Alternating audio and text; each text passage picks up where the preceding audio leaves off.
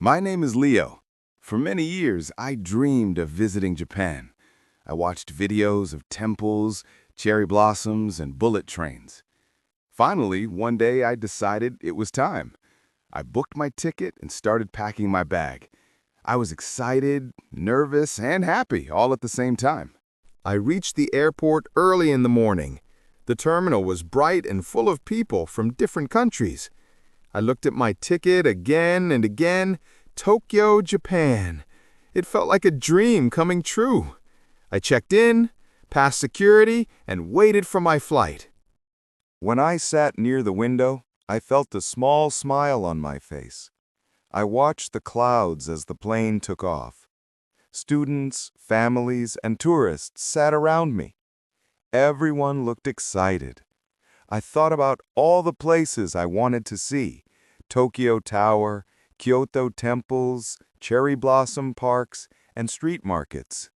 When I stepped out of the airport, Japan felt different. Clean, calm, organized. Bright signs, polite people, and the sound of trains made me feel like I had entered another world. I bought my train ticket and took the Narita Express into the city. My hotel room was small but beautiful. The window showed a long view of Tokyo City. Cars moved quietly, trains passed smoothly, and the lights made the night look magical. I sat on the bed and whispered, "I'm really in Japan." The next morning, I went to Shibuya Crossing, the busiest crossing in the world. When the light turned green, hundreds of people walked at the same time. It looked like a sea of people moving together. I stood there amazed, watching the energy of Tokyo. I found a small ramen shop near the crossing. The chef greeted me politely. I ordered a bowl of warm ramen. The first spoon was like magic, hot, flavorful, and comforting. I thought, Japanese food is really something special. I took a train to Asakusa to visit the famous Sensuji Temple.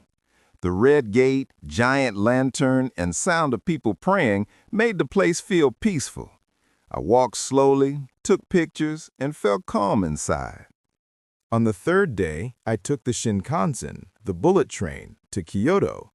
The train was fast, smooth, and incredibly quiet. Through the window, I saw mountains, rivers, and small villages. Japan looked beautiful from every angle. Kyoto was completely different from Tokyo. It was quiet, traditional, and full of history. I visited bamboo forests, old streets, and peaceful temples. My favorite was Fushimi Inari Shrine, with thousands of red torii gates. Walking through them felt like walking into another world. I attended a tea ceremony. The host taught me how to sit, how to bow, and how to drink the tea. Every movement was slow and full of meaning. I felt relaxed and connected to the culture. On my last day, I walked around the city and enjoyed every moment. Japan had given me beautiful experiences, kind people, amazing food, and unforgettable places. When my plane took off, I looked down at the city and whispered, "I will come back again."